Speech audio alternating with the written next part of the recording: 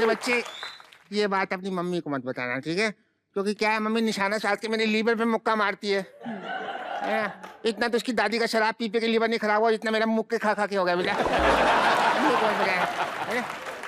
आप मुंह देखा बाजी, इधर दिखाओ जरा, काला टिकल लगाया है। लोग मुंह पे काला टिकल लगाते नजर न लगे, काले टिके ने इनका मुंह लगाया हुआ है। दोनों के कपड़े देख लो आप। और आप बताओ, ये अपने मायके में ज्यादा खुशहाल थी कि यहाँ पे?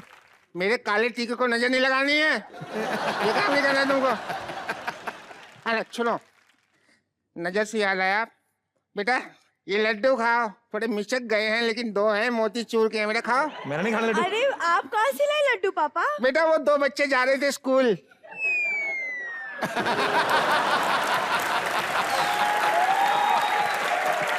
तो उनके जो बैग थे बहुत भारी थे, ऊपर से हाथ में लड्डू, मैंने कहा उनका बोझ हल्का कर देता हूँ, मैं जीत के भाग लिया बेटा। ये हरकतें देखी बाजी, बच्चों के हाथ से लड्डू छीन के आते हैं। अरे बेटा, मैं जब भी अपनी पसंद की चीज देखता हूँ तो मुझसे बर्दाश्त नहीं होता। अरे ये तो कुछ भी नहीं है, थोड़े दिन पहले गन्ने के रस की मशीन थी, वहां पे ना एक आदमी नींबू डाल रहा था, नींबू मुझे बहुत पसंद, मैंने लपक लिया नींबू, मेरे हाथ का जूस निकल गया, मैंने लेकिन नींबू का जूस नहीं निकलने दिया बेटा, नींबू मैं ले लिया। अब कारनामे सुन रहे हैं ना बाजी इनके।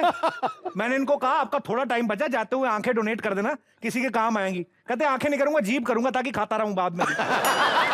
शूरवीर, जीभ थोड़ी चटोरी है। समझाती क्यों नहीं है इनको? अरे समझाया तो था, इसलिए तो पिछले कुछ दिनों से पापा साबुन नहीं खा रहे हैं। अरे बेटा, वो साबुन मैं अपने भले के लिए थोड़ी खाता था, तुम्हारा भी तो उसमें फायदा था। एक तो मेरा पेट साफ होता ही होता था, तुम्हारा कमोड भी तो साफ हो जाता था।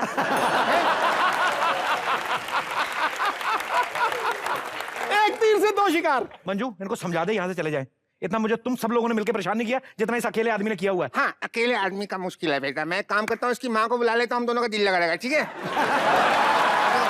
बेटा देखो, आप 1-2 दिन भले ही और ले लो, लेकिन अपना सामान पैक करो, आप यहाँ से चले जाइए प्लीज। जिंदगी 4 दिन की है बेटा, यहीं काट लेते हैं, क्या है यार, मतलब क्यों ऐसा कर रहे हो? अंकल का पैर लगा दिया। नहीं काट लेते बेटा, बेटा को मत करो। मंजू, बेटा क्यों ऐसा? बेटा सुनो, मैं जा रहा हूँ, कोशिश करो ये यहाँ से निकल जाए, नहीं तो कोशिश करना कॉफी में कुछ चूहे मारने वाली दवा टाइप पिला के इनको। इनका अगर ये 1-2 दिन में यहाँ से नहीं गए ना, तो तू अपना भी सामान पैक कर लेना, मैं बोल रहा हूँ, जा रहा हूँ मैं यहाँ से। लेकिन सुनिए मेरी बात।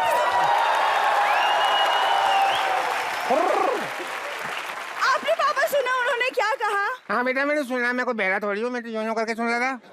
तो आप चले जाएंगे 1-2 दिन में? बेटा तुम्हारा पति जो है सारा कॉमेडी में अपनी जान लगा देता है ना? तो उसकी बातों को सीरियसली ले रही है पागल।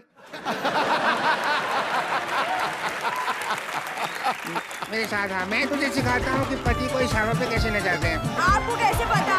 तेरी माँ से सीखा बेटा मैंने। मेरी माँ से सीखा। क्या करोगे सबसे पहले ना? सर आपका बहुत बहुत स्वागत है कॉमेडी नाइट्स में। आदित्य, आपका बहुत बहुत स्वागत है, जोरदार तालियां होनी चाहिए। सर जी, आपका स्वागत है। अपने हुनर से आपने जमाने में सैकड़ों इतिहास बनाए, बाकमाल नगमों से आपने बुझे हुए दिलों में धधकते चिराग जलाए हैं।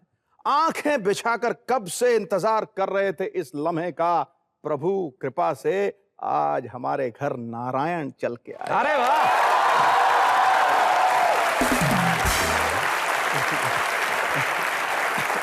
पाजी आपको पता है प्लेबैक सिंगिंग में ऐसा कोई अवार्ड नहीं है जो उदित जी के नाम ना लिखा गया हो। मुझे तो ऐसे कभी कभी शक होता है सर कि जब अवार्ड जहां पे बनते हैं ना जिस फैक्ट्री में, वो खुद ही एक आध पे नाम लिख देता होगा, उनको पता है इनको तो मिलना ही है। तो अच्छा उदित सर, जब भी आप गाते हैं आपके चेहरे पे एक स्माइल रहती है, इसका क्या कारण है? आपको पेमेंट पहले ही मिल जाती है?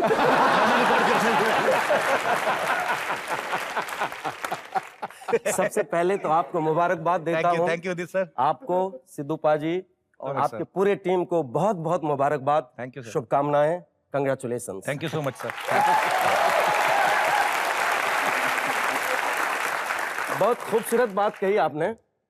देखिए क्या है, कलाकार जो है एक तो ईश्वर की कृपा होती है, गॉड गिफ्टेड जी। कलाकार का काम है, चाहे वो पैसा मिले या ना मिले, लोगों को एंटरटेन करना। क्या बात है, बहुत अच्छे विचार हैं सर आपके। अच्छा पाजी, जब बेटा अगर टैलेंटेड निकल आए तो माँ बाप को बड़ा गर्व होता है। आदित्य, आपके पापा इतने टैलेंटेड निकले, आपको कैसा फील होता है? मुझे बहुत अच्छा लगता है।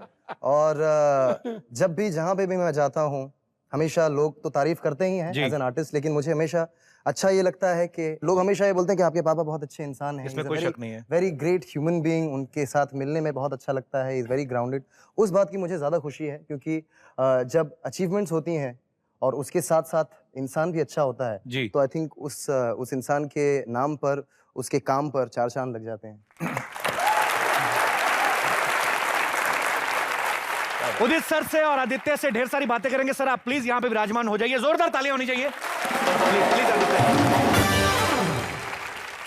पाजी, आपको पता है कि उदित सर हमारे हिंदुस्तान के जो चंद गिने चुने बेहतरीन सिंगर्स हैं उनमें से एक है उदित सर, और इनकी इसी कला को देखते हुए इनको पद्मश्री से भी नवाजा गया। जोरदार तालियां होनी चाहिए। अच्छा आदित्य, एक बात बताइए, मैंने आपको स्टूडियो से बाहर बहुत बार देखा है, अवार्ड फंक्शंस में इधर उधर आप बड़ी मस्ती करते हैं, तो आज इतने सीरियस क्यों लग रहे हैं? कि पापा साथ में बैठे हुए इसलिए? जब मैं पापा के साथ रहता हूँ, मेरी मस्ती इसीलिए कम हो जाती है क्योंकि मुझसे 10 गुना ज्यादा मस्ती करते हैं। पापा बहुत ज्यादा मस्ती करते हैं। एक्चुअली मैं पापा को बिगाड़ के रखता हूँ थोड़ा। पापा का क्या है कि पापा सिर्फ काम करते रहते हैं, उनको काम के अलावा कुछ दिखता नहीं, और ये सच बात है। हमने इनको सिर्फ एक चीज का शौक है, वो है सॉक्स। हैं? ये हर जगह जब भी दुनिया में घूमते इनको हैं, सॉक्स का शौक है? सॉक्स तो का दिख ही शौक। नहीं रही, जूते ही दिख ही नहीं रही। तो सर ये देखिए सिंपल सा है। तेरी तो हम दुनिया में जाते हैं, दुनिया भर में शोज करते हैं। जब भी ट्रैवल करते हैं तो हम लोग बहुत सारी चीजें लेते हैं, शर्ट लेते हैं, जूते लेते हैं, घड़ी लेते हैं, जो पापा चीजें को दिखती हैं। जो चीजें दिखती हैं। और पापा को देखें तो एक कॉर्नर में जाके वो सॉक्स देखते हैं। ये मोजा और ये मोजा, और हम दुनिया भर की चीजें खरीदते हैं, वो जाके 4 जोड़ी सॉक्स खरीदते हैं, होते के मजा आ गया। तेरी ओए शर्मा जी, शर्मा जी, व्हाट्स अप? शर्मा जी, आपने न्यूज़पेपर में, अखबार में पढ़ा होगा, पेट्रोल के भाव एकदम कम हो गए हैं। तो तेरे को क्या लेना था? तेरे को तो भैंस पे घूमना होता है। शर्मा जी, आपको भी कौन सा फर्क पड़ता है? पेट्रोल डालने के पैसे आपके पास पहले भी नहीं थे और अब भी नहीं है। फालतू में हमें, अरे अरे क्या उदित नारायण जी, कैसे हैं आप? अच्छा हूँ, और आप लोगों को देखता रहता हूँ, मजा आता रहता है। अरे क्या क्या बात है, वाह वाह वाह। बहुत बहुत शुक्रिया। अरे बैठिए ना, आप खड़े हो गए। पर आदित्य जी, आपसे मिलकर देखिए, आप जो है वो हमारा जो जनरेशन है, यानी आपका हमारा जो यंग जनरेशन है, अच्छा वाकई में उस जनरेशन में बहुत ही पॉपुलर है ये। यंग नहीं भी, अभी तो तेरे को जंग लगने वाला शुरू होने वाला था। कौन सी यंग जनरेशन की बात कर रहा तू? अरे उदित जी तो स्वीट आदमी, तेरे को बोल दिया, तेरे को देख के मजा आता है। तेरे को देखो, मेरे को तो गुस्सा ही आता है जब भी देखता हूँ। Sharma ji wait a minute, अपने आप को कंट्रोल कीजिए जरा। और आप लोग क्या देख रहे हैं? जरा जोरदार तालियां हो जाए इन दोनों के, जोरदार तालियां इन दोनों के सबसे बड़े फैन लच्छा के लिए। इसे कहते बाजी बेपैंदी का ड्रम। ये जो भी गेस्ट आता है उसी का फैन बन जाता है, मक्कार आदमी कहीं का। Sharma ji, just for your kind information, it is not बेपैंदे का ड्रम, इट इज बेपैंदे का लोटा। अपना मुंह देख, फिर खुद सोच तू कि मैं झूठ बोल रहा हूं कि सही। ये उदित जी आप बिलीव नहीं करेंगे, इतना पानी पीता है ना, इतना अंदर स्टोर कर लेता है 6-7 महीने का एडवांस में। कभी कभी तो फायर ब्रिगेड वाले इसको भेजते हैं, बोलते पानी पी के जा, जहां का खुला कर दे, जहां आग लगी है। बेपैंदे का लौटा। शर्मा जी, टॉपिक को चेंज करने की कोशिश मत कीजिए। हम बता रहे थे कि हम आपके बहुत बड़े फैन हैं। अरे हम क्या, हमें छोड़िए, हमें छोड़िए। हमारी जो भैंसियां है, सारी की सारी भैंसियां, वो दूध तभी देती है जब आपका गाना सुन ले। मजाक नहीं कर रहे हैं हम, चाहे उन्हें कितना ही खाद खिला ले, कोई फर्क नहीं पड़ता। खाद, लेकिन खिलाने के लिए तो चारा खिलाते हैं ना। चारा उसको खिला देगा तो खुद क्या खाएगा? देखिए, इट इज नॉट इम्पोर्टेंट कि भैंसिया क्या खाती है क्या नहीं खाती है। इम्पोर्टेंट है कि दूध तभी देती है जब आपका गाना सुनती है। क्या ये बात है। बिल्कुल सही कहा सर इसने। एक दिन इसका टेप रिकॉर्डर खराब हो गया तो आपकी कैसेट चले ना, तो इसने खुद गाना गाया। वैसे भैंस 10 लीटर दूध देती थी, उस दिन उसने परमात्मा की कृपा से 12 किलो गोबर दिया। आपको बड़ा पता है, नहीं, आप तो हमारे डेयरी फार्म के बाहर तराजू लेकर घूमते रहते हैं ना, ऐसे यहाँ पर वजन रखा, यहाँ गोबर डाला, अरे 10 किलो 12 किलो 10 किलो। कमाल की बातें करते हैं आप। देखिए आज आपके घर पे इतने बड़े मेहमान आए हैं, अरे इनके गाने सुन सुनकर हम बड़े हुए हैं। झूठ बोल रहा है, खा खा के बड़ा हुआ तू। शर्मा जी देखिए, एक और बकवास बात अगर की ना आप, यहाँ पर ये जो आपकी बकरी बंधी हुई ना, इसको हटा के अपना सबसे खतरनाक भैंसा यहाँ पर बांध देंगे। ये बड़े बड़े सींग है उसके, हेलो हाय भी उन सींगों से ही करता है वो। हाँ, और जिस दिन इसने लाल पहना टांग लेगा वो। हाँ, समझ रहे हैं, आज लाल तो आप पहने लेकिन।